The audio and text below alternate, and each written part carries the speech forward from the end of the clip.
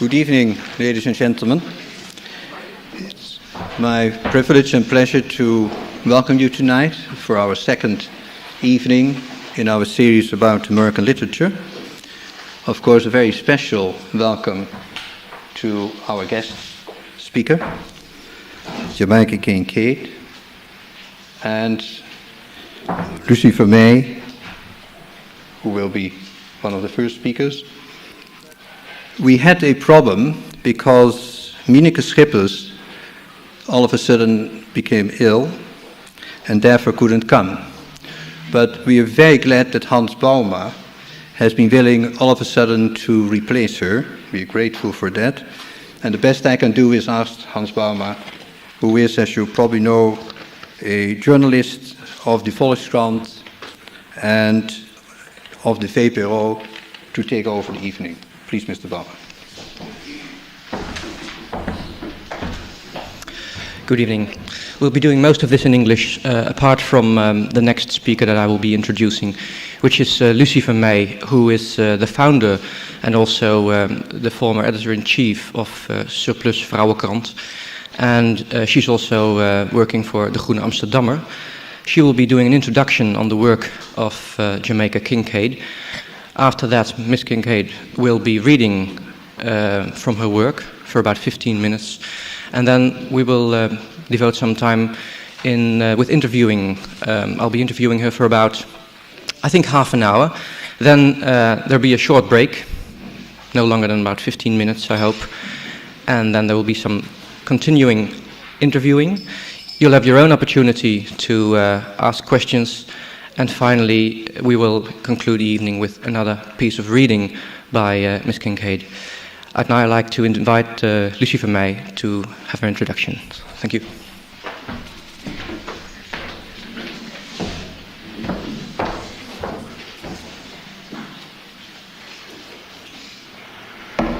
Well, dames en heren, ladies and gentlemen, I will do this introduction in Dutch because of my pronunciation, and I think it's embarrassing for me and for you to listen to that.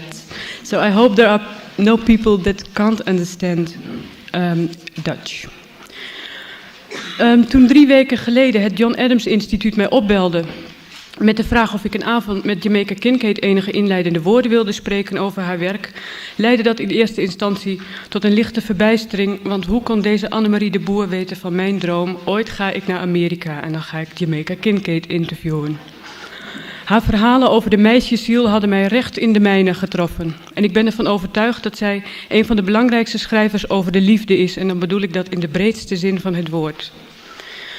Dat naar Amerika gaan leek overigens iets voor de verre toekomst. En de verwezenlijking van een droom is mij dus zomaar in de schoot geworpen. Het is een klein beetje een teleurstelling dat ik mijn ontmoeting met haar met zoveel anderen moet delen. Maar aan de andere kant is het ook weer spannend om opnieuw te moeten formuleren waarom ik haar werk mooi en belangrijk vind. Voor wie hier helemaal blanco zit, Jamaica Kincaid is een Amerikaans schrijfster, oorspronkelijk afkomstig uit wat wel de West-Indies wordt genoemd en wel van het eiland Antigua. Ze heeft 3 titels op haar naam staan: At the Bottom of the River uit 1983... Annie John uit 1985 en A Small Place uit 1988. De eerste 2 boeken zijn door uitgeverij Agathon in het Nederlands vertaald en de vertaling van de derde staat op stapel. Alle 3 de boeken vertellen over het eiland Antigua, maar steeds vanuit een ander gezichtspunt. En wat vooral opvalt, met steeds totaal verschillende stemmen. Op de bodem van de rivier, ik ga verder alleen maar met de Nederlandse titels, bevat uit uiterst poëtisch proza dat je bijna abstract kunt noemen. De verhalen kieperen de lezer midden in ervaringen, fantasieën, dromen en associaties, meest van een klein meisje. Annie John is een bundel heldere, eenvoudige verhalen. Dit boek vertelt van eenzelfde meisje naast de ervaringen de concrete belevenissen. A Small Place is een politiek, cultuur, historisch, polemisch, persoonlijk essay van de schrijfster die na jarenlange afwezigheid ontdekt hoe het eiland van haar jeugd zich ontwikkeld heeft tot een tropisch vakantiepretpark. Ik ken niet veel literatuur waarin auteurs expliciet de meisjeswereld als onderwerp nemen. En niet die in relatie tot die van de jongens, maar vooral die in zichzelf. Ik kan uit mijn mouw schudden, en ik besef hoe onvolledig ik zal zijn, de Duitse schrijfster Irmgard Coin, een paar boeken van Alice Walker en in Nederland Meridonna, Ida Simons, Pamela Koevoets en Mirjam Gunsberg. Ik denk dat qua onderwerp, sfeer en leefwereld het werk van Kincaid enigszins vergelijkbaar is met Arme Engelen van Pamela Koevoets, hoewel die vaker dan Kincaid vanuit de optiek van de moeder dan die van het kind schrijft. En toen ik nadacht over de plaats van het meisje in de literatuur, en dit met hoofdletters, betrapte ik mij erop dat ik genoemde auteurs graag lees, maar er moeite mee heb om dat werk als belangwekkend te bestempelen. Dat komt natuurlijk omdat ze zelf elke vorm van poeha uit de weg gaan. Iedere kwalificatie richting belangwekkend besterft mij dan ook op de lippen. En ik realiseer me dat dat onzinnig is, want welke periode in een leven is mooier, avontuurlijker, levendiger en rijker dan die van de kleine meisjes? In de boeken van Jamaica Kincaid zijn veel lijnen aan te wijzen. De thema's die er uitspringen zijn de grote liefde van het meisje voor haar moeder, het opgroeien van het meisje tot vrouw, de beelden uit de natuur en de waarnemingen met alle zintuigen. Opvallend is ook de achtergrond waartegen Kincaids meisje opgroeit, een vrouwenwereld. Dan is er een koloniale geschiedenis en de worsteling om schrijver te worden. Ik dacht bij deze inleiding deze thema's maar zo'n beetje te volgen.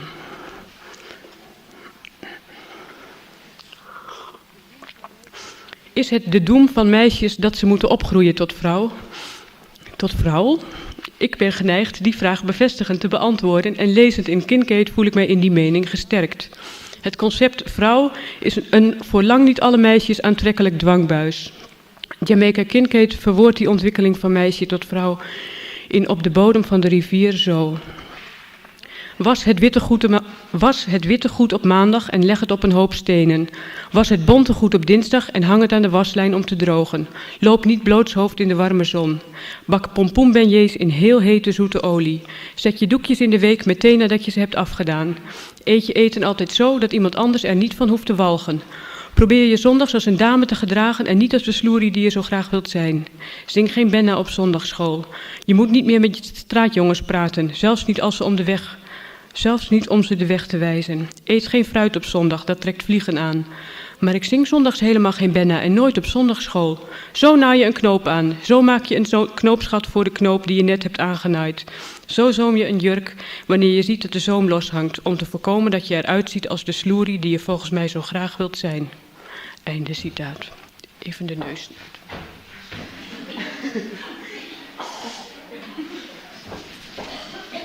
Pardon, ik ben ook een beetje ziek. Prachtig vind ik de manier waarop zij het proces weet te verbeelden zonder in sociologische termen te vervallen. Geboden en verboden donderen over het meisje heen, dat wel zwak tegenspreekt, maar niet in staat is te relativeren. In Annie John heeft het meisje minder last van de regels, als wel van het feit dat ze zo ontzettend veel van haar moeder houdt. Het drama in dit boek is dat die moeder steeds sterker het verschil tussen hen tweeën benadrukt.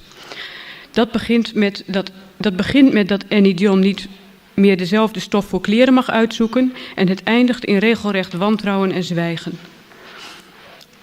De kleine Annie John zoekt en vindt nieuwe liefdes. Op school haar vriendinnetje Gwen, op straat het rode meisje. O, die liefde voor dat rode meisje is zo mooi beschreven. De combinatie in de liefde van pijn en genot, uitgevonden door pubermeisjes. Ze bevinden zich aan zee, het rode meisje knijpt Annie John moet huilen en dan zoent het rode meisje de pijn af. Ik citeer: wat een heerlijk gevoel was dat knijpen samen met dat zoenen. En we vonden het zo fijn dat we het daarna haast iedere keer dat we elkaar zagen weer opnieuw deden. Zij kneep me, ik huilde, ze zoende me. Ik vroeg me nu ook nooit meer verbaasd af waarom al die meisjes tegen wie ik zo lelijk had gedaan en die ik gewoon had laten stikken, me overal met liefde en aanbidding op hun gezicht achterna liepen. Verder draait Annie Johns leven om lezen, schrijven, liefde, concurrentie. Zij gloreert op school met opstel en sport. Ze gokt met knikkers, steelt boeken van de bibliotheek, zwijgt en liegt tegenover haar moeder. Het boek eindigt met Annie's maandenlange ziekte, tijdens welke haar moeder en vader onafgebroken voor haar zorgen. Toch kan die zorg de breuk niet meer herstellen. Annie John reist naar Engeland om er, zoals het een net meisje betaamt, voor verpleegster te gaan leren. Het valt op dat Annie John, hoewel ze opgroeit in een gekoloniseerde samenleving, nauwelijks verschillen tussen mensen ervaart. Niet die tussen wit en zwart, het voornaamste andere in haar leven benoemt ze als Engels, noch die tussen vrouwen en mannen. Mannen spelen überhaupt een onbeduidende rol, ook haar vader. De kleine Annie vindt hem voornamelijk zielig, omdat hij geen moeder meer heeft. Dat hij nu een echtgenote heeft, haar moeder, is in de ogen van de dochter maar een mager substituut. In mijn artikel over het werk van Jamaica Kincaid in de Groene Amsterdammer heb ik mij bezig gehouden met het ontbreken van verschillen. Omdat het artikel geplaatst was in een themanummer over Caribische literatuur, heb ik geprobeerd een antwoord te vinden op de vraag in hoeverre dat typisch Caribisch zou kunnen zijn. Want hoe kan het en wat betekent het dat de leefwereld van een zwart West-Indisch meisje voor witte Nederlandse lezers zoveel herkenbaars bevat? Er zijn natuurlijk wel verschillen tussen haar en mijn kinderwereld, de tropische vegetatie, het gebruik om in geval van ziekte en of sterfte een Obea-vrouw te roepen, die de geesten verdrijft, en er is af en toe sprake van een Creoolse taal. Maar die vreemde elementen nemen het gevoel van herkenning niet weg. Zou de binnenwereld van alle meisjes overal ter wereld dezelfde zijn, met haar aandacht voor plantjes, stenen, water, dieren, de bewondering voor de grote sterke moeder, het genieten van haar geuren en haar zorg? Is het proces van opgroeien van meisje tot vrouw universeel? Een andere mogelijkheid zou zijn dat het werk van Kincaid als gevolg van de eeuwenlange Engelse overheersing gewoon Europees is. Die hypothese wordt bevestigd door de culturele bagage van Annie John, die sterk op de onze lijkt. Zij toont zich verrukt over Jane Eyre van Charlotte Brontë en als strafwerk moet zij stukken uit Paradise Lost van John Milton overschrijven. Nu ik meer heb gelezen, zie ik dat die suggestie maar gedeeltelijk klopt. Een aantal beelden die Jamaica Kincaid hanteert is terug te vinden bij andere zwarte Caribische schrijfsters. Zo is de titel At the Bottom of the River identiek aan de levensfilosofie in de roman Wind en Zeil van Simone Schwarz-Bart, schrijfster van het Franstalige buureiland Guadeloupe. Die levensfilosofie luidt: neem een duik in de rivier en alle ellende blijft op de bodem liggen. Was het stof van de kunstmatige maatschappij af, bewerk je tuin en hervind jezelf. Dat in die boeken van Jamaica Kincaid voornamelijk vrouwen een rol spelen, is ook een Caribisch verschijnsel. Vrouwen vormen daar de spil van familie en maatschappij. Zo las ik tenminste bij Marise Condé. Er zijn meer verklaringen te bedenken voor het ontbreken van maatschappelijke verschillen. Misschien wil Jamaica Kincaid laten zien dat in de kindergeest zulke verschillen nog niet bestaan. Dat die pas in de jaren des onderscheids door de buitenwereld opgedrongen worden. Maar dat is dan wel een gegeven dat specifiek geldt voor het kind dat Kincaid beschrijft. Want bijvoorbeeld in de verhalen van Jean Rice over haar jeugd op het eiland Dominica in de bundel Sleep It Off Lady zie je wel een sterk stands-, ras- en seksenbesef. Dat kan weer komen doordat deze verhalen aan het begin van de eeuw spelen. Of dat Rice half in de blanke en half in de gekleurde wereld stond. Haar moeder was Creools en haar vader was een Engelse arts. Dat niet laten zien van maatschappelijke verschillen zou tenslotte ook de politiek van Jamaica Kincaid schrijven kunnen zijn. Dan zou die overeenkomen met die van Simone Schwarz-Bart. Deze wist zorgvuldig elke verwijzing naar een Afrikaanse herkomst of een westerse identiteit uit. Wat zij wil dat overblijft is het eigen universum met zijn eigen boven- en onderwereld. Het derde boek van Jamaica Kincaid, A Small Place, is heel anders dan de eerste twee. Zoals Annie John concrete informatie toevoegt aan de poëtische beelden uit Op de bodem van de rivier, zo stapelt A Small Place politiek-sociale achtergrondinformatie op de eerste twee boeken. Want het is natuurlijk niet waar dat op Antigua verschillen geen rol speelden. Het was alleen, zo blijkt uit A Small Place, voor zwarte gekoloniseerde mensen in de jaren 50 niet gebruikelijk ze te benoemen. De zwarte bewoners noemden de Engelsen niet racistisch, ze vonden hen hoogstens slecht gemanierd en onfatsoenlijk. Hoewel de kolonisatie van de Engelsen al jaren is opgeheven en Antigua politiek zelfstandig heet te zijn, heeft zich niet een eigen identiteit bij haar bewoners ontwikkeld. De Amerikaanse massacultuur overheerst en het eiland kun je opnieuw gekoloniseerd noemen, nu door de toeristenindustrie. Dat was, zo las ik in The Small Place, bij terugkeer Kincaids grootste schok. Jamaica Kincaid gaat in dit boek indrukwekkend tekeer. Niet alleen tegen de invloeden van buitenaf, ook tegen de mentaliteit van de eigen bewoners en machthebbers, tegen de corruptie in de landspolitiek die op een eiland als Antigua vergelijkbaar is met gemeentepolitiek. Het is de doem van haar eiland, zegt ze, dat het zo mooi is. Het heeft te mooie luchten, te mooie stranden. De zee is te blauw, de zonsondergangen zijn te kleurig. Zoveel schoonheid kan alleen maar clichés en mystificaties en dus toeristenindustrie over zich heen roepen. Kincaid zou willen dat Antigua gewoon maar een eiland was, waar blanken niet langer meesters zijn en dus geen vuilnis. En zwarten al lang niet meer slaven, dus ook niet meer nobel en verheven. Jamaica Kincaid schrijft in een prachtige taal die opvalt door de grote woordenschat, de klankrijkheid en het ritme. Haar teksten komen hardop gelezen het best tot hun recht. De kracht van haar taal ligt misschien voor een deel in de lange worsteling een eigen idioom te vinden. In een interview las ik dat zij, nadat ze Antigua verliet, 20 jaar niet terug is geweest. Dat wegblijven had alles te maken met het schrijverschap. Jamaica Kincaid had geen enkel voorbeeld aan wie ze zich kon spiegelen, anders dan de eerder genoemde Simone Schwarz-Bart, want van Guadeloupe komt een keur van schrijfsters vandaan. De strijd om schrijver te worden zie ik op de bodem van de rivier regelmatig terug. In de verhalen waar een grote fascinatie is voor de nacht, het zwarte, de diepe dalen. Ik citeer een stukje uit het verhaal Blackness, dat vertaald is met duisternis. Wat is mijn aard? In afzondering ben ik een en al wilskracht en bedrijvigheid, vastberadenheid en beleid, alsof ik de enige overlevende van een soort ben, wiens ontstaansgeschiedenis tot de oudste oudheid kan worden teruggevoerd. In afzondering doorploeg ik meedogenloos de diepe stilten. Pas door een periode elke invloed van buiten uit te sluiten, valt een eigen stem te ontwikkelen. Luisterend naar wat zij een stille stem noemt, zegde ik tenslotte rust te vinden. Ik heb Jamaica Kincaid gevraagd om straks deze tekst Blackness voor te lezen. I asked you to read that text. Yeah. Het verhaal In de Nacht zou men kunnen interpreteren als de bepaling van haar doelgroep. Dat Kincaid haar stem vooral voor haar moeder en eventueel zelfs speciaal voor vrouwen ontwikkelt. In de Nacht is een zeer zintuigelijke tekst over de geluiden en de geuren van de nacht. En het eindigt met de blijde verwachting. Nu ben ik een meisje, maar op een dag trouw ik met een vrouw. Een vrouw met een rode huid, warrige zwarte haren en bruine ogen. Die rokken draagt die zo wijd zijn dat ik mijn hoofd er gemakkelijk in kan verbergen. En haar heerlijke droom eindigt met: iedere avond zou ik voor die vrouw een liedje zingen. De woorden weet ik nog niet, maar de melodie zit in mijn hoofd. De vrouw in deze droom staat waarschijnlijk voor de moeder.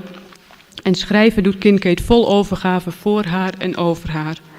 Schrijfster worden blijft echter iets dat in complete afzondering van diezelfde moeder bevochten moet worden. Het titelverhaal Op de bodem van de rivier, tenslotte, eindigt met het opstaan uit de duisternis. En dus kom ik uit mijn hol, het hol dat ik zo voorzichtig heb afgesloten, het hol waaraan ik al mijn daden heb toevertrouwd die ik niet wilde onthullen, en ik stap een kamer binnen en zie dat de lamp brandt. In het licht van de lamp zie ik een paar boeken. Ik zie een stoel, ik zie een tafel, ik zie een pen. Ik zie een schaal met rijpe vruchten, een fles melk, een fluit van hout gemaakt, de kleren die ik zal dragen.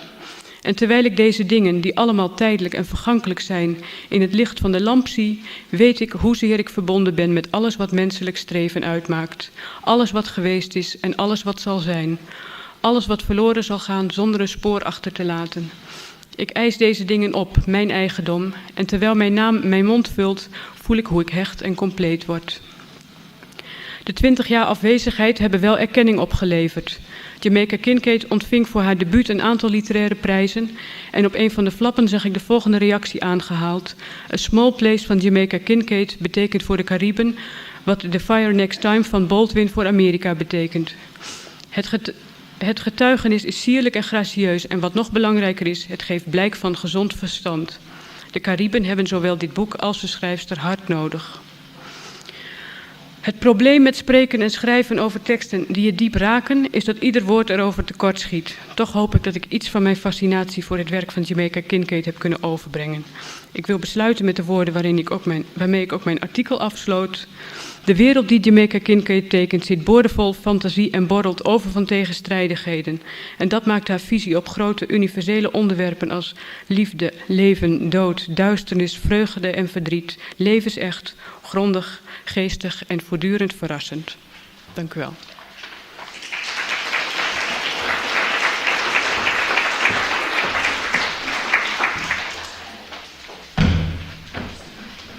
Thank you very much, Lucy Vermeij. I would now like to invite Jamaica Kincaid to read the story In the Night. That's right? Blackness. The story Blackness. Sorry.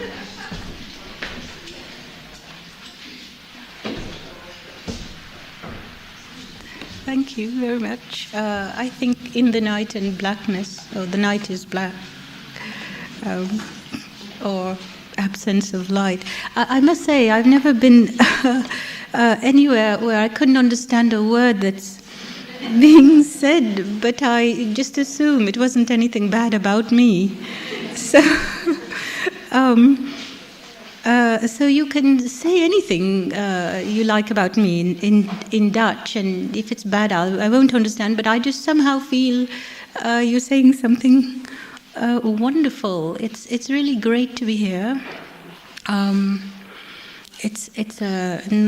Amsterdam is just not one of those places I think, well, I'd like to go to Amsterdam, but now that I'm here, I feel I'll always want to come back. It's really quite beautiful, and I mean, it's just a lovely feeling, and I don't know if you live here, you realize that, but it's really quite wonderful.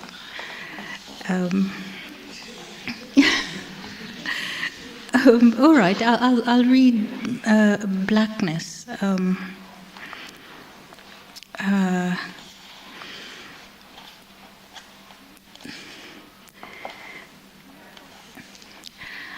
How soft is the blackness as it falls. It falls in silence, and yet it is deafening, for no other sound except the blackness falling can be heard. The blackness falls like soot from a lamp with an untrimmed wick. The blackness is visible, and yet it is invisible, for I see that I cannot see it. The blackness fills up a small room, a large field, an island, my own being. The blackness cannot bring me joy, but often I am made glad in it. The blackness cannot be separated from me, but often I can stand outside it. The blackness is not the air, though I breathe it. The blackness is not the earth, though I walk on it. The blackness is not water or food, though I drink and eat it. The blackness is not my blood, though it flows through my veins.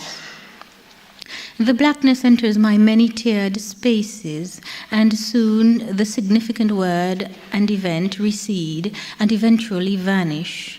In this way, I am annihilated, and my form becomes formless, and I am absorbed into a vastness of free-flowing matter. In the blackness, then, I have been erased. I can no longer say my own name. I can no longer point to myself and say I. In the blackness, my voice is silent. First, then, I have been my individual self, carefully banishing randomness from my existence. Then I am swallowed up in the blackness, so that I am one with it. There are the small flashes of joy that are present in my daily life. The upturned face to the open sky, the red ball tumbling from small hand to small hand as small voices muffle laughter. The sliver of orange on the horizon, a remnant of the sun setting. There is the wide stillness, trembling and waiting to be violently shattered by impatient demands. May I now have my bread without the crust? But I long ago stopped liking my bread without the crust. All manner of feelings are locked up within my human breast, and all manner of events summon them out. How frightened I became once on looking down to see an oddly shaped ash-colored object that I did not recognize at once to be a small part of my own foot. And how powerful I then found that moment, so that I was not at one with myself, and I felt myself separate, like a brittle substance dashed and shattered, each separate part without knowledge of the other separate parts. I clung then fast to a common and familiar object, until I felt myself steadied, no longer alone at sea in a small rowboat, the waves cruel and unruly. What is my nature then? For in isolation I am all purpose and industry, and determination and prudence, as if I were the single survivor of a species whose evolutionary history can be traced to the most ancient of ancients. In isolation, I ruthlessly plough the deep silences, seeking my opportunities like a miner seeking veins of treasure. In what shallow glimmering space shall I find what glimmering glory? The stark, stony mountainous surface is turned to green, rolling meadow, and a spring of clear water, its origins a mystery, its purpose and beauty constant, draws all manner of troubled existence, seeking solace. And again, the heart, buried deeply as ever in the human breast, its four chambers exposed to love and joy and pain, and the small shafts that fall with desperation in between. I sat at a narrow table, my head heavy with sleep, resting on my hands. I dreamed of bands of men who walked aimlessly, their guns and cannons slackened at their sides, the chambers emptied of bullets and shells. They had fought in a field from time to time, and from time to time they grew tired of it. They walked up the path that led to my house, and as they walked, they passed between the sun and the earth. As they passed between the sun and the earth, they blotted out the daylight, and night fell immediately and permanently. No longer could I see the blooming trefoils, their overpowering perfume, a constantly giddy delight to me. No longer could I see the domesticated animals feeding in the pasture. No longer could I see the beasts, hunter and prey, leading a guarded existence. No longer could I see the smith moving cautiously in a swirl of hot sparks, or bent over anvil and bellows. The bands of men marched through my house in silence. On their way, their breath scorched some flowers I had placed on a dresser. With their bare hands, they destroyed the marble columns that strengthened the foundations of my house. They left my house in silence again, and they walked across a field opposite to the way they had come, still passing between the sun and the earth. I stood at a window and watched their backs until they were just a small spot on the horizon. I see my child rise slowly from her bed. I see her cross the room and stand in front of the mirror. She looks closely at her straight, unmarred body. Her skin is without color, and when passing through a small beam of light, she's made transparent. Her eyes are ruby revolving orbs, and they burn like coals caught suddenly in a gust of wind. This is my child. When her jaws were too weak, I first chewed her food, then fed it to her in small mouthfuls. This is my child. I must carry a cool liquid in my flattened breasts to quench her parched throat. This is my child sitting in the shade, her head thrown back in rapture, prolonging some moment of joy I have created for her. My child is pitiless to the hunchback boy. Her mouth twists open in a cruel smile, her teeth becoming pointed and sparkling, the roof of her mouth bony and ridged, her young hands suddenly withered and gnarled as she reaches out to caress his hump. Squirming away from her forceful, heated gaze, he seeks shelter in a grove of trees, but her arms, which she can command to grow to incredible lengths, seek him out and tug at the long, silk-like hairs that lie flattened on his back. She calls his name softly, and the sound of her voice shatters his eardrum. Deaf, he can no longer heed warnings of danger, and his sense of direction is destroyed. Still, my child has built for him a dwelling hut on the edge of a steep cliff, so that she may watch him day after day flatten himself against a fate of which he knows, and yet cannot truly know until the moment it consumes him. My child haunts the dwelling places of the useless winged cormorants. So enamored is she of great beauty and ancestral history. She traces each thing from its meager happenstance beginnings in cool and slimy marsh, to its great glory and dominance of air or land or sea, to its odd remains entombed in mysterious alluviums. She loves the thing untouched by law, she loves the thing that is not cultivated, and yet she loves the thing built up, bit carefully placed upon bit, its very beauty eclipsing the deed it is meant to commemorate. She sits idly on a shore, staring hard at the sea beneath the sea, and at the sea beneath even that. She hears the sounds within the sounds, common as that is to open spaces. She feels the spectre, first cold, then briefly warm, then cold again as it passes from atmosphere to atmosphere. Having observed the many differing physical existences feed on each other, she is beyond despair or the spiritual vacuum. Oh, look at my child as she stands boldly now, one foot in the dark, the other in the light. Moving from pool to pool, she absorbs each special sensation for and of itself. My child rushes from death to death, so familiar a state is it to her.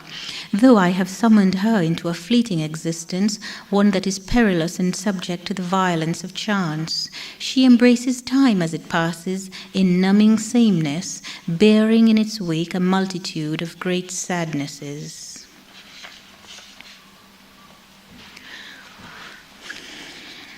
I hear the silent voice. It stands opposite the blackness, and yet it does not oppose the blackness, for conflict is not a part of its nature.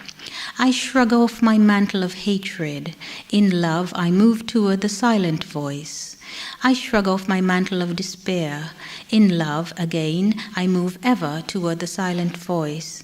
I stand inside the silent voice. The silent voice enfolds me. The silent voice enfolds me so completely that even in memory the blackness is erased.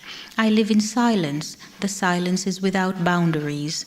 The pastures are unfenced. The lions roam the continents are not separated. Across the flat lands cuts the river, its flow undammed. The mountains no longer rupture. Within the silent voice, no mysterious depths separate me. No vision is so distant that longing is stirred up in me. I hear the silent voice, how softly now it falls, and all of existence is caught up in it. Living in the silent voice, I am no longer I. Living in the silent voice, I am at last at peace. Living in the silent voice, I am at last erased. Thank you.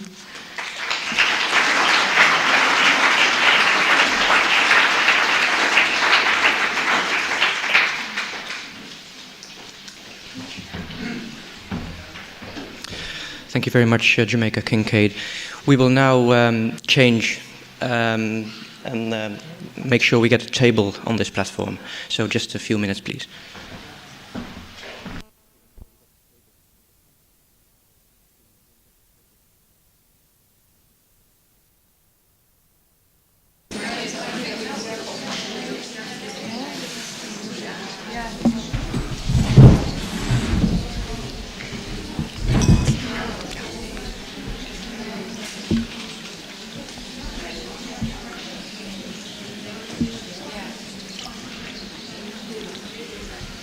Thanks very much.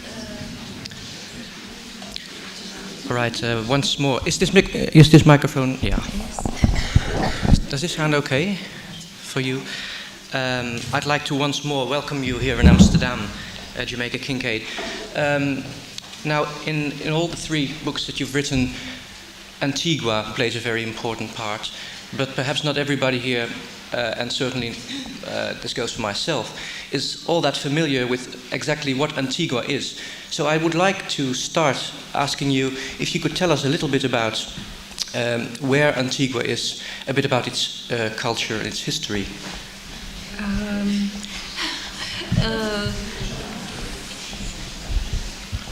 Let me see. It's always hard to believe that no one knows where you're from, because where you're from is, you think it's the most important place in the world. Antigua is a small island, 108 square miles, and it's in the middle, as you leave Florida, and you just sort of go down past Cuba and all that. It's just in the middle of a bunch of islands in the Caribbean on one side, the Atlantic on the other, and then you keep going down and you come to Trinidad and then South America. So it's a small island situated in the middle of American interference. one way to put it. It was discovered by Christopher Columbus in, according to... we don't like this idea of discovery. For one thing, just standing in for the people who lived there. They no longer live there, they're dead. We just sort of speak up for them and say they don't like this word discovery. We like to say Columbus came as a pirate. We have very little respect for him. And in one of his voyages, he discovered this island, and he actually never landed there. It was just sort of like a shopping spree. He just sort of passed by one day and said, that. And by the time he got to Antigua, he had run out of important names, and it was just sort of named after some church in Spain.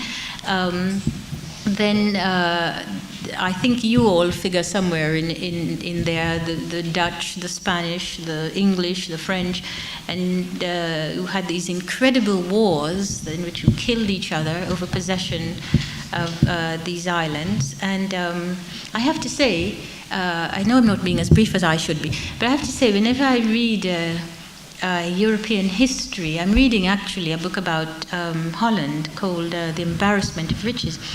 And I find it very annoying because somehow this author talks about this great wealth and culture of your ancestors, and somehow we are just sort of left out of it. It's as if just by magic, all this great industry just somehow, it's as if you're in Europe, really. You just have to tell yourself, I'm working very hard, and you get rich. And so somehow, where I come from, if we say, I'm working very hard, we don't get rich. But so anyway, that's sort of the history of Antigua, and I think many people in this room just can substitute their own country, and it's pretty much the same. The British left, gave us independence, and the key thing they never told us was that after they lost India, it was impossible to hold the empire together, because they apparently used to use the Indians to keep us all in our place, including the Indians themselves. And when they lost India, apparently they couldn't keep it, so they gave all these countries their independence, including Antigua. And I must say that until very recently, it was something I thought was a very good idea. However, in independence, I'm ashamed to say that my fellow black people have done something that I don't think the English actually had the courage to do. They sort of, well, you know, it's sort of it somehow hurts worse when you have something terrible being done to you by someone you know very well. And so that's sort of what Antigua is like now. It has something very bad being done to it by its own people.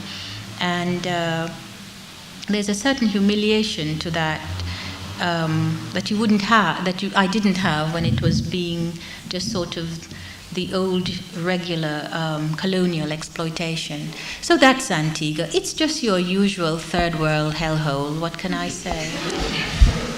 This usual third world. With a rock and roll beat. And from your work, especially from your third book, A Small Place, we can gather that there's not much culture left anymore in Antigua since the British left. Well, that's a very odd thing. That's very true. Recently, I guess at Carnival time, they couldn't. They had to cancel the steel band competition because they're now steel band. You know, I mean, I never thought the day would come when Antigua wouldn't have steel band, because it was just the most common thing in the world. But it actually, the culture Antigua has is American television. As I told you, it's a very small island of maybe 70,000 people. And it has, I think, something like 20 television channels, and all of it American television. And So there's really would be no interest in for people to have any culture, what we call culture. I mean, I sometimes I don't really know what culture is. But in any case, what we could all agree on, a steel band, you'd say that's culture. Well, they don't have, if you can go to a place like that and it doesn't have a steel band, then it doesn't have culture. It doesn't have, what are some of the things that it used to have, just sort of, well, it was never really a place with a great deal, but whatever it had, it was its own. It has now just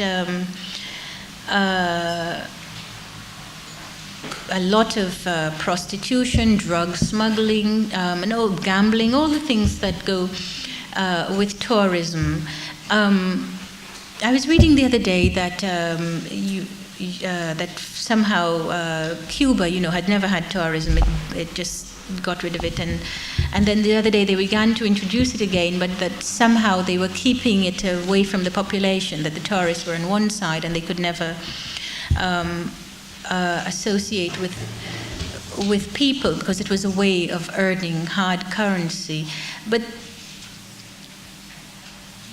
you would, the Cubans seem to be very smart people in some way, but you would think that that's something that they would know. You simply cannot keep a thing like that. People are first of all too curious about each other,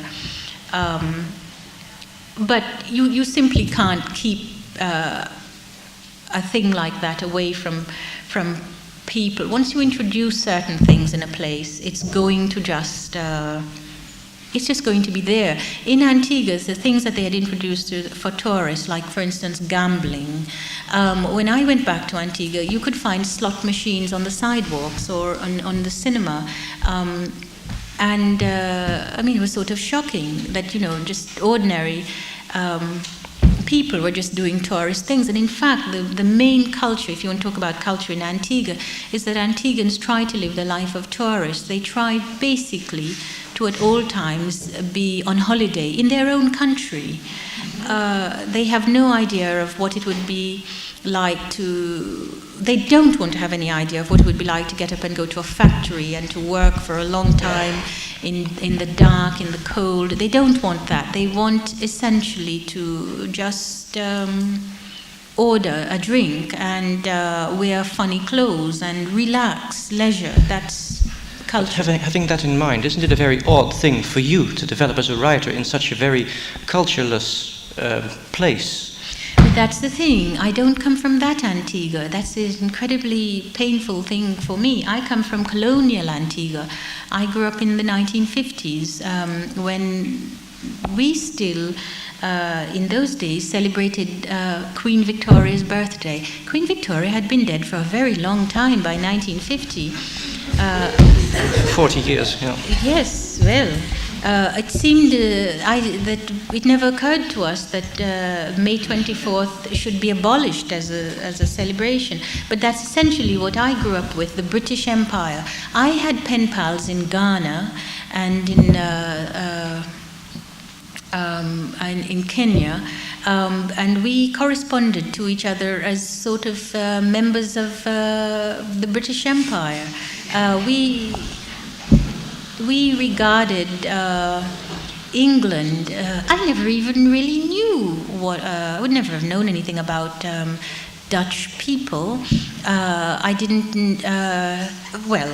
One of the incredible things is, for instance, Guadeloupe is an island. You can see on a very clear day. You can see the flat thing in the sea. It's Guadeloupe. If you wanted to call Guadeloupe, you'd have to call England. And then you could speak to Guadeloupe. But it was just across the sea. Yes. Well, that's an example of how I thought everything was England. I thought that the rest of Europe was just a joke. Only England mattered. Specifically in the first two books, the mother-daughter relationship is very important. And from several reviews that I've read, written by female reviewers, I have gathered that there is a very strong recognizability, you might say, in it.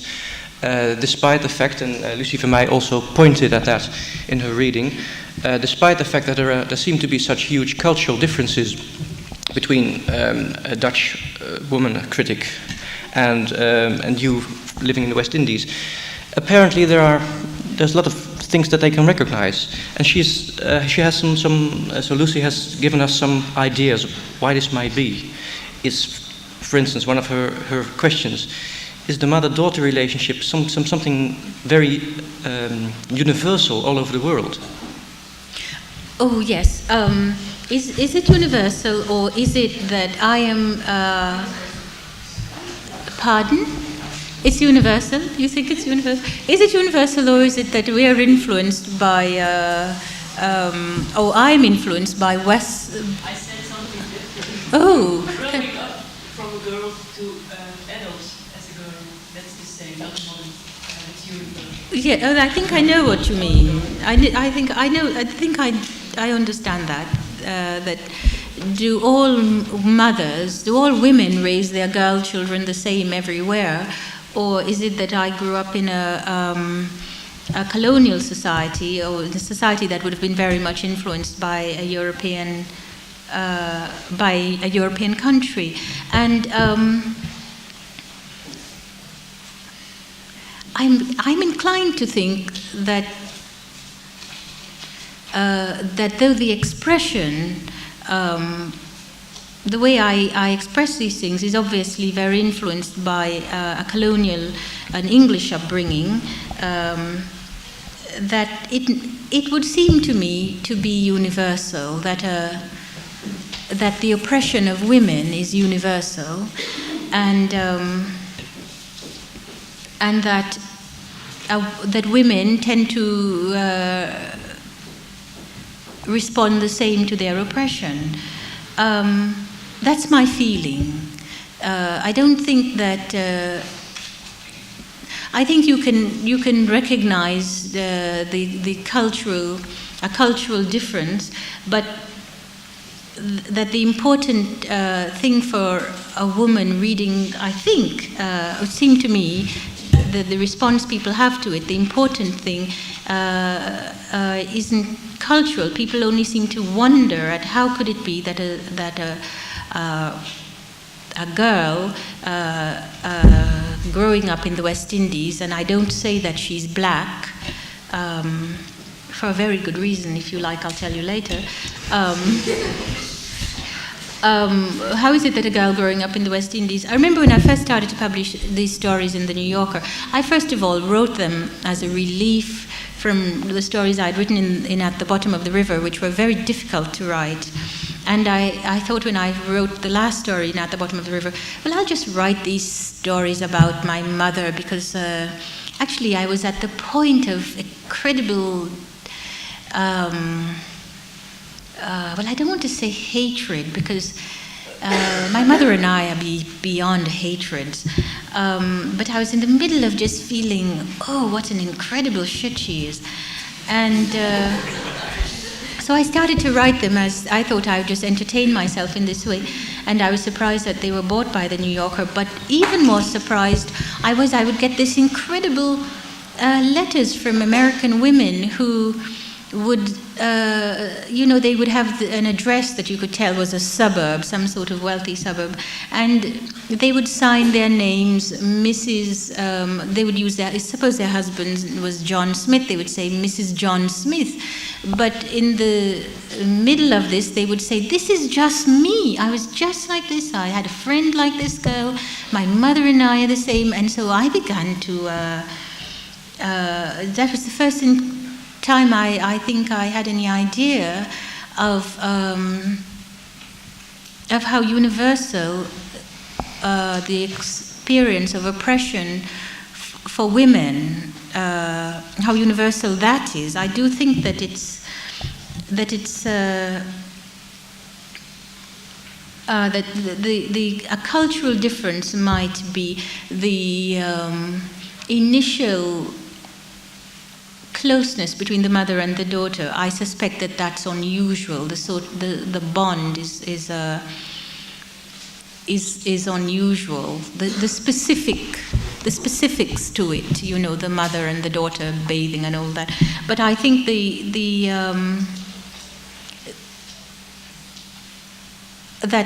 the eventual nature of their relationship is very it's very much a response, I think,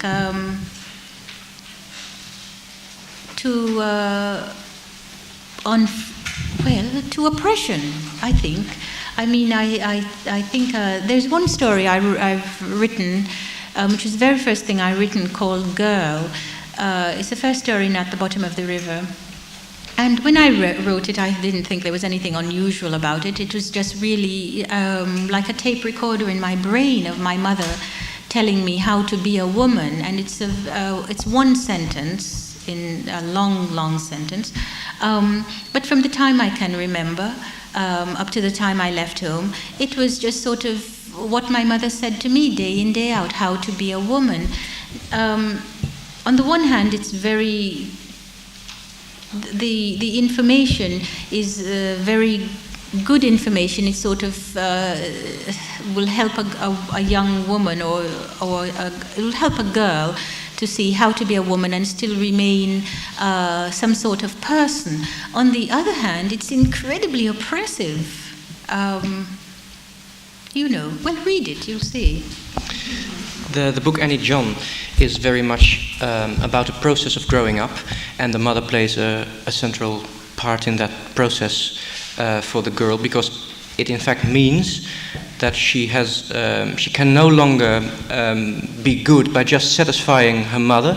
She has to find her own way, her own path. And I get the impression that to you, the loss of youth also is something like the loss of paradise. Or at least to your character. Yes, and well, I think I said this. If I sound a bit flat, it's because I'm sort of trying not to say something that I've said already. Except I just have a few things to say. I just have 2 or 3 themes, and so anyway, I'm repeating myself. But I think that that I somehow, and I'm all my writing is very autobiographical. I said that to somebody today. Even the conjunctions, do you know what conjunctions are? The things that join a sentence, and but, for instance. Mm-hmm. Well, even the and but is autobiographical in me. I think I experienced life as for some reason, maybe all people do, and I just am shameless about expressing it, but I sort of experienced life as paradise and then paradise lost. And so I spend my whole life, whether I'm writing or not, saying this was a great thing and now it's not, and I keep longing for this great thing. It seemed to me that I had in reality, a marvelous life as an only child. And then when I was 9 years old, my parents had children, and I never got over it. And I somehow managed to make a literary career out of this everyday fact. Is being adult to you a process of corruption, then, in a way? Because from certain passages in the book, I get that impression. Yes, I suppose I think so. Oh dear. I somehow seem to mistrust experience, even though I'm the sort of person who constantly arranges life so that it goes bad, and I have experience, but my real impulse is to say there was paradise, and now there isn't, and to constantly long for it, and to constantly sort of try to arrange it. For instance, I'm always having the ideal friend, only to find that this person betrays me in some tiny way, some sort of I mean, I'm always basically falling in and out of love, but I've managed to fall in love in a real way once and married this person, and then I spend the rest of my time falling in and out of love with friends, just sort of people, and just sort of longing for some ideal life. But as I say, I've arranged to have a literary career built on this incredibly superficial issue. When you say that your work is very autobiographical, in both the first and the second book, At the Bottom of the River and Annie John, the female character says, I never want to marry, and if I marry or live with somebody, it will be a woman. As you said yourself, you have fallen in love and married, you have a child. Has it ever been put to you, and you've moved from Antigua to the United States, has it ever been put to you that you've betrayed the ideals of your youth? No, but actually that question assumes so much about where I come from. It assumes that there are people there who would have noticed that I had a youth and who would have noticed that I had betrayed it. They had read your books? Yes, but with... well, really, they read my books because the New York Times told them to. But really, there's no great interest in where I come from, in what I do, or is there any great interest in there being other people like me? That I come from this place is as much a mystery to me as it must be to you. I cannot understand it myself. Except the only difference I can see between myself and the other people is that I had this extraordinary woman as my mother.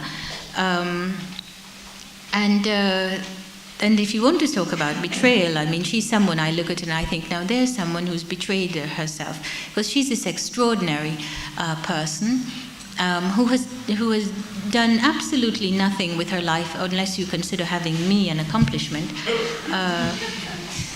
But it assumes. I mean, I come from this place where there is really just nothing except what England left, and then they managed to destroy that or to ignore it, so that it's just whatever England left is now just sort of a pile of rubbish. So your question just really you're assuming too much. You give my immediate past a great deal of dignity that it just really doesn't have. I'm sorry to say, but that's the truth. I come from a place where if they figure out how to make another person like me, they'll destroy it. They just will not have it anymore. Because for one thing, the person after me will just say even more unpleasant things about them, and they wouldn't like that. So,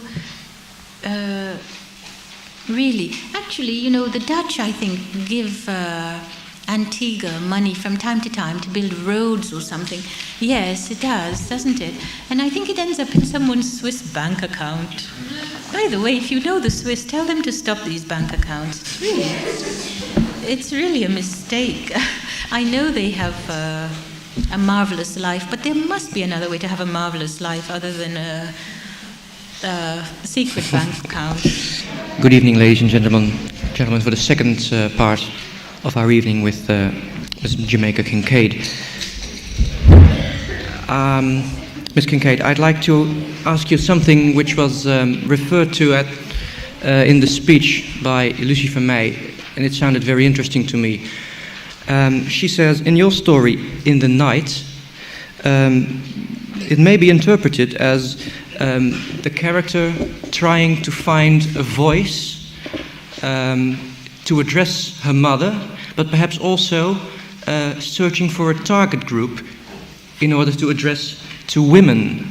And I just wondered whether you've ever, in developing your voice as a writer, thought about a target group, an audience, and whether you've directed your voice towards them. No, that's it's very interesting. You know, I didn't know that I could write. I didn't know that I would be able to write. Also, when I wrote, especially those stories, I had never, as far as I could tell, read anything quite like that, and so I couldn't imagine who would like them. I wrote them in a kind of defiance. I thought, this is my voice, this is how I want to write, this is how I see the world, and I don't care who liked them. Much to my surprise, the New Yorker printed them, so I had no target group. People, I think perhaps men, critics do this, they sort of denounce women writers for writing as therapy. Well, I write as therapy. My writing is a kind of, if I didn't write, I'd go insane, or I would have killed myself. I don't know what I would have done. I was my own, and I'm my own audience. I like my own writing because it's just sort of the best I can do. I don't think it's the greatest writing. I don't like my writing better than a lot of other writing, but I like it because I'm never sure anyone else will. And it's sort of like your own child. You just like them. They're sort of ugly. And though if anyone says so, you would be very upset. Even though in your heart you know they're kind of bow-legged or something. That's not the most attractive thing in the world. So I feel that way about my own writing. I really like it. I am my audience. I had no idea. I mean, ideally, you know, a writer, I can tell you the reason why I must have felt that way, because ideally you're a writer, you come from a society where they expect writers, or they've heard about writers, and so you write. You know, you come from the society and you write, and your society reads you, and they like it or they don't like it, they denounce you, they put you in jail and you have to move to America or something. Well, I moved to America, and actually now I may be killed if I go home, but I moved to America and I wrote because I could not write where I come from. They wouldn't... as I say, I don't say this as a joke. I really come from a place where no one expected me to write. No one expected me. What was expected of me was that I would have gone off to the mother country, and I would have worked as a servant, and I would have sent money home, and my parents, my family, would have lived comfortably from it. I didn't do that. I went to America actually as a servant. I took care of some children, and somehow, when I think of it, I mean, somehow I just went to school at night, and then I stopped going to school because I didn't like going to school, and I just sort of dropped out of the role I was supposed to play. I don't know how now. I can't understand it, but I dropped out of that. And I just started to live the life of a bohemian. I rented a little apartment, I bought a typewriter, I bought a desk, and I had no money left, and I slept on newspapers on the floor. And I said to everyone who asked me, I said, I'm a writer. I couldn't write. I just had this idea that I'm a writer. So, not only that, then I started to write these strange stories that I was sure no one would like. I didn't have the only audience I had was a non-audience, and myself. So I didn't have anyone in mind, and I wasn't. I mean, believe me, it's a big surprise to me to be sitting here talking to people in Amsterdam, because I hadn't expected it. I am always so amazed that what's in my mind would make sense to anyone. and that it would have an audience. I have. I mean, ideally, as I say, my audience would be these people in Antigua, that they would call up and the New Yorker and say, anything by Jamaica Kincaid? Absolutely not. You're not read at all in your... Not in Antigua. really. A small place created a scandal, sort of, and my mother and myself were attacked in the government newspaper. My mother was called... a red chenky woman, which is red chenky is what you call a fair-skinned person, but it's like calling them a bastard or something. It was a real insult, and it's a very old insult that I don't think anyone had heard in about 30 years. It's one of those real horrible insults. It's like calling someone a mulatto or someone, in a sort of, in a race-conscious society, but in where the consciousness is to be black. If you are somewhat white, you're considered a bastard. In the place where I come from, people of semi half white, half black people are not the people we like the most. The ruling class in my country is black. So your mother suffers from your writing career. Yes, in a way. she does, and but I mean, I would have expected you think in an ideal world these people would be very proud of me, and actually they aren't. I'm just sort of someone who tells tales out of school, and sort of a troublemaker. The most honoured person in my country is a cricketer named Vivian Richards. Not me. Yeah. Your 3 books, you say they are my children, and we were just talking about your voice. To me, it's very striking and amazing how different the 3 voices are that you have in these books. The very poetic, perhaps impressionistic voice of At the Bottom of the River, and then the narrative tone in Annie John, and then this very vicious, perhaps, yes, but angry story. It's an essay on Antigua in a small place. How do you go about in trying to get all these different voices? And which is the real one, or how many more voices do you have? I wonder. I don't know. I don't know if I can write any more books. They all seem to. I mean, the writers in the audience probably will support this view. Whatever you start to write, it seemed to me that if you're going to tell a certain story, it dictates a certain voice. When I started to write, as I said, the stories in At the Bottom of the River, I wrote them in a kind of defiance. I thought, this is what I like in stories, and as I say, I had no idea that anyone would read them. That seemed right to me, and in a way, when I think about it, I mean, if I were to analyze it, it makes sense that the first book I would write, which would be sort of if you have layers of consciousness, it was the very top of my consciousness, which was a sort of, if you read it, you see it's very much influenced by the Old Testament. Well, the Old Testament, the book, in some way, the Book of Revelations, because I learned to read when early on. How I learned to read was from the Bible, Paradise Lost, and Shakespeare, The Tempest, of all things, Midsummer Night's Dream.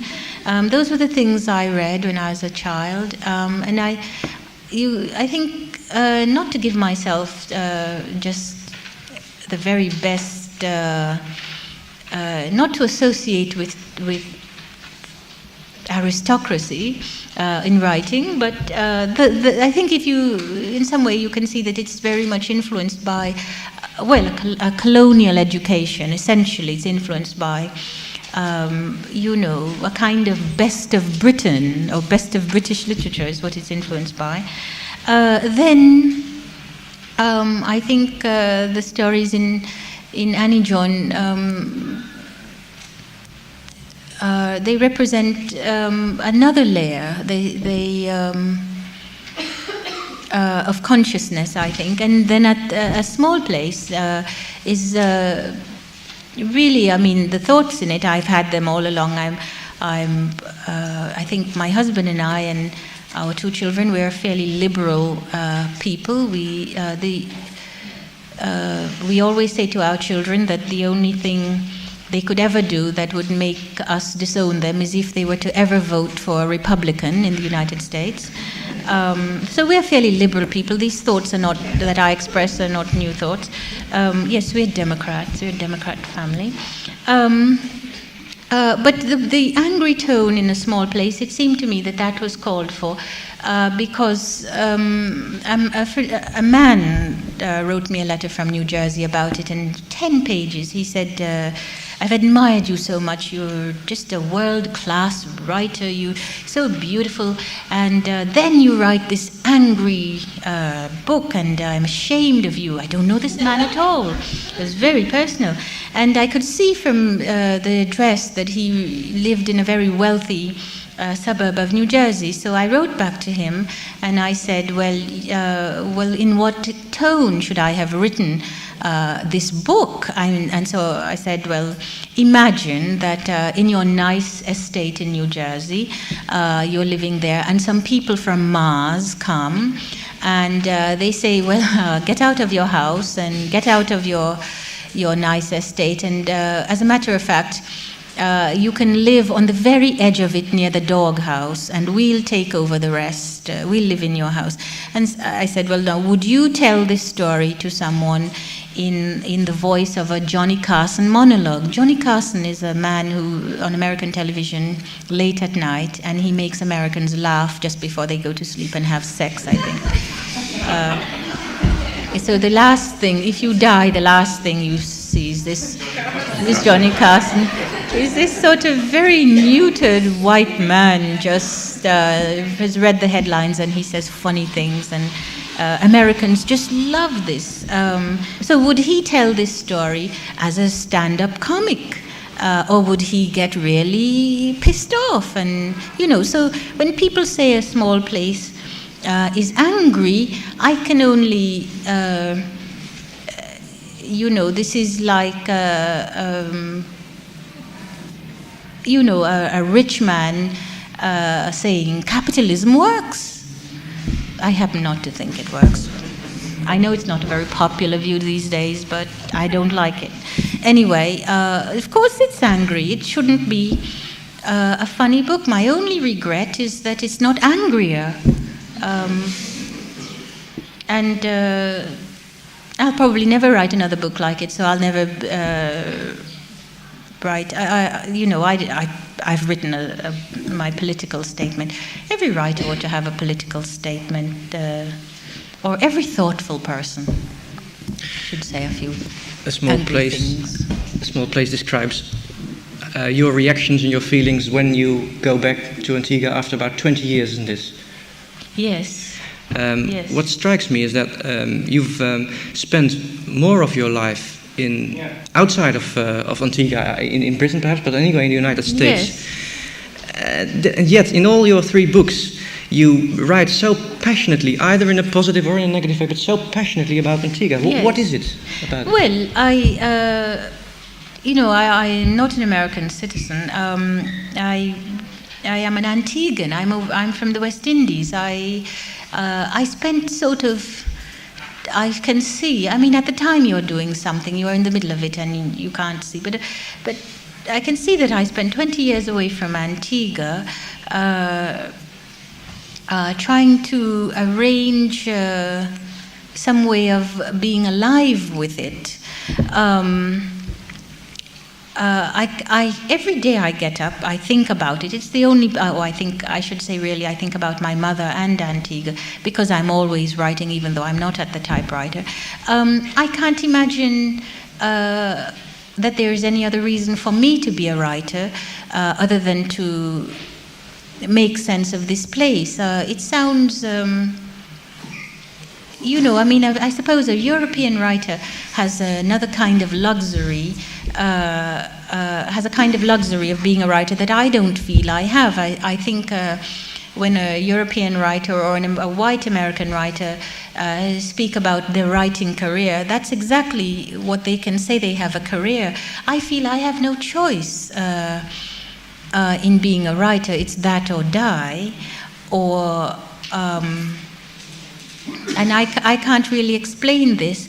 Maybe if I saw a psychiatrist, but then I wouldn't be able to write anymore. I would just talk about my problems. My problems is that I'm a human being from Antigua, and all that goes with that. That's why I'm a writer. That's I can't explain it any more than that. I think the day I didn't write about Antigua, or didn't think about it, or didn't think about the history of that part of the world, then I just wouldn't write anymore. I just wouldn't do anything anymore. It so happens that I come from Antigua, but and Antigua is this island which is isolated from the rest of the Caribbean. But really, I feel I am. You know, when someone says, "Well, where are you from?" I say, "I'm from Antigua. I'm from the Caribbean, or I'm from the West Indies." You still say that, not Yes. from Maine, United Yes. States. Oh God, no! And you know, my children are American. My husband is American, but I myself, I just can't bear to say I'm an American. But the funny thing is that when I'm in America, you know, I'm sort of criticize America the way everybody does when I'm in America. But when I'm away from America, I suddenly feel what a terrible place it is, because outside, it's a horrible place from outside. When you're in America, it's very nice. You meet lots of nice Americans. They have good values. They do good things. But when you're outside, you don't see them. You just see this awful country with that horrible George Bush, and it's just, you know, it's just sort of a nightmare. And you begin to think that, in fact, people who aren't so great are great when they aren't great. It's just that America, it looks like a sort of lawless country, a cruel, exploitive country. But then when I'm in my little town in America, it's just, you know, Mr. Powers, who as a matter of fact votes Republican, but he's still a nice man. It's hard to say, but he's a nice man. From the break, I got the impression that perhaps there are a number of people in the audience who might like to ask questions. They're invited to do so now, but I would like to ask them the question in front of the microphone so that everybody can hear it. So who can I invite as a first person? I would like to ask something right before the microphone. Because then everybody can hear it. It's not there for nothing. Well, once I read in an article that you said you don't belong to a country, or you don't call yourself American. I would like to know, where do you belong? Oh, Or is it necessary to belong somewhere?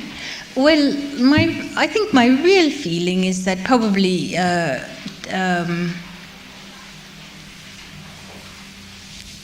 human being just... I don't like nationalism, and I don't know if you should just feel... I hate patriotism. I just... because it leads you to do terrible things. But when I say I'm from the West Indies, I don't mean it as a... Well, I mean, no one could imagine that if you say you're from the West Indies, you're saying it to make other people feel inferior. It's just a silly little place. I mean, it's not a powerful place. But ultimately, I don't feel I belong anywhere. I live in the United States, but I'm not an American. Yes. And I cannot live in the West Indies. I don't want to know a geographical mention. In fact, I want to know that the emotional facts, the emotional sides. Where do I feel I belong? Yes. I feel I belong emotionally in the West Indies. But I could not write there. I could not be a writer in the West Indies.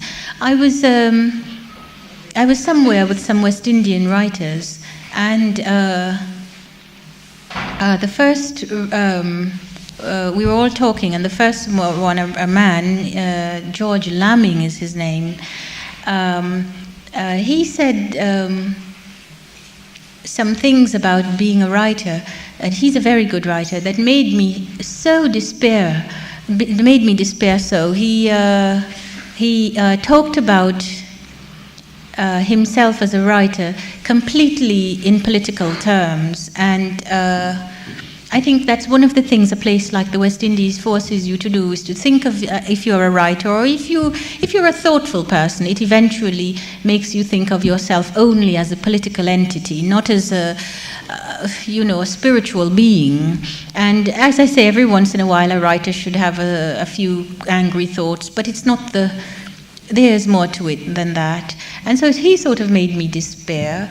And then one of the other writers was a woman poet, and she lived in Jamaica. And she was at two events. One, she read her poems, and the other was on this panel with all of us. And at both events, she read her poems and wept at her own poems, which meant to me that she lived in a place where no one really read her poems, no one cared about her as a poet, so only she could appreciate her own poems, so much so that no one had ever wept over her poems. She was weeping over her own poetry.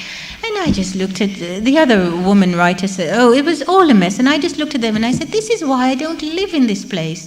I live somewhere else, but I write about it.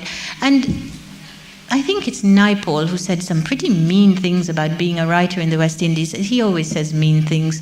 What he means is to say mean things about his own self. And, he hasn't read Frantz Fanon. But I could not live in the West Indies, so I live in America. It's a place that I can actually write, I would have to say. And I couldn't have been a writer in England. I want to state that very clearly. It's impossible to be a black person in England. Yes, I have a last question. Do you think as a writer it is necessary to keep that distance from the place you're referring to? For me, it is. Most American writers live in America, but for me, the kind of writer I am and the place I come from, I can't live there. So for me, it's necessary. Thank you. Okay, thank you for your question. Somebody else, yes, please.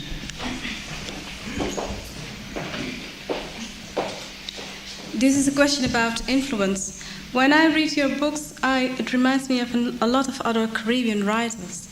When I look at the description of the girls, the perspective from girls growing up, it reminds me of Rosa Guy and of John Riley. When I look at the way you describe the language, the fluent language, which is very beautiful, it reminds me of Jane Rees, which also came from the Caribbean. When I think of the description of cosmic and material things, it reminds me of Simone Schwarzbart and sometimes of Maurice Condé. And your last book, the theme, the political aspect in it, reminds me of Aimé Césaire and the group of Contraint d'Amas. What I wanted to know is, are you acquainted with these writers and are you influenced by them? Or is there one of them which you admire? Actually, the one I really admire is the one white writer, Jean Rhys. And the funny thing for me is, I haven't read all the writers you mentioned, but the West Indian writers I have read, she's the one who, British West Indies anyway, she's the one who most, even her books about her life in Europe, the whole structure, the whole way the sentences are set up, it's West Indian. If I were to be influenced by anyone, if I were to claim anyone, it would be her. I love her writing completely. I think it's just among the greatest writing in the 20th century. So it would be Jean Rhys. I think The Wide Sargasso Sea is a book everyone really should read. Yeah, that's the writer. Though it's such a great writer, I can bear to claim anything about it. There is time for one more question, please.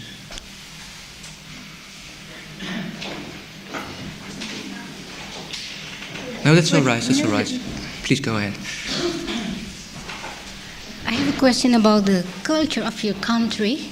Do you have oral literature, for instance, like the stories of Anansi? I don't know how you pronounce it in your country. Do you have it? And No. And what is your native language? Is it RP English? Patois English. Oh yes, Yeah. that's what I wanted to know. Or bad English or broken English.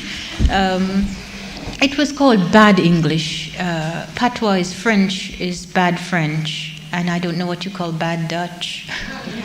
Bad Dutch. I am from the Dutch Caribbean. Yes, I'm trying to be funny, but we. Because the Dutch didn't want to interfere with us, we got a chance to create our own language, I see. Papiamento. Yes. Oh, we don't. We just have broken English or bad English, and we don't have those stories. I don't know. I think in Jamaica there is a woman that they think very highly of. Louise Bennett, I think is her name, and she collects these stories. But we didn't have that in the West Indies. Actually, perhaps among the many, along with Milton and William Shakespeare, an influence on me would have been my mother telling me over and over again the story of her life and her mother life and her father's life. But I do not know of this thing you described. Oops. And you described earlier to me of the sort of collective voice. I don't know if it's not really present in the British places, or it's peculiar to Antigua that it's not present. I know it's present in Dominica, where my mother is from. The stories about people transforming themselves, or about the origins of people, but not in Antigua. We don't have that. Thank you. Okay, thank you. I'm very sorry that we have to conclude this evening now. It's 10:15, and we've made an appointment with the organization to finish the evening at 10:15. So I'd like to ask Mr. De Vrijer to conclude the evening for us. And I'd like to thank the audience and Ms. Kincaid for very interesting answers to the questions. Well, I'd like to thank you all very, very much. This has been really just very moving. Thank you very, very much.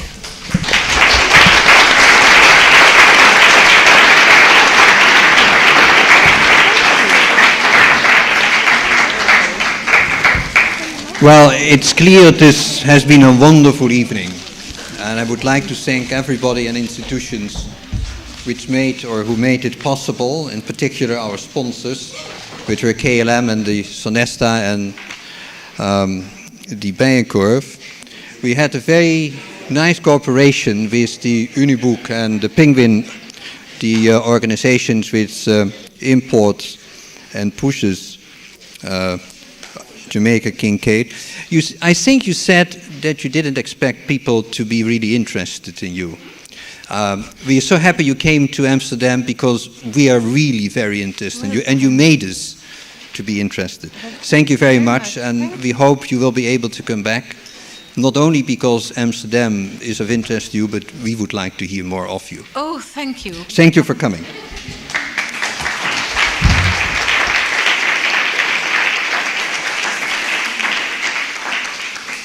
I'm a little bit, let me see how I can turn around. All right. Thank you also for being with us tonight and your interesting introduction. I said maybe you were able to publish it in some way or another, because I think we would all like to reread it if we can. And you did a marvelous work as a substitute. One wonder if that would be the best, to have substitute. thank you very much for being with us here tonight. I would like to point out that this is the second of our, and we have a marvelous meeting, hopefully again, although, okay, let's hope so. Paul Auster will be with us on the 24th of January, and I hope you all will be able to come. For anybody who would like to, there is an opportunity to have a little drink and a further talk after this meeting, which, and anyhow, I wish everybody a safe home journey. Till the next time.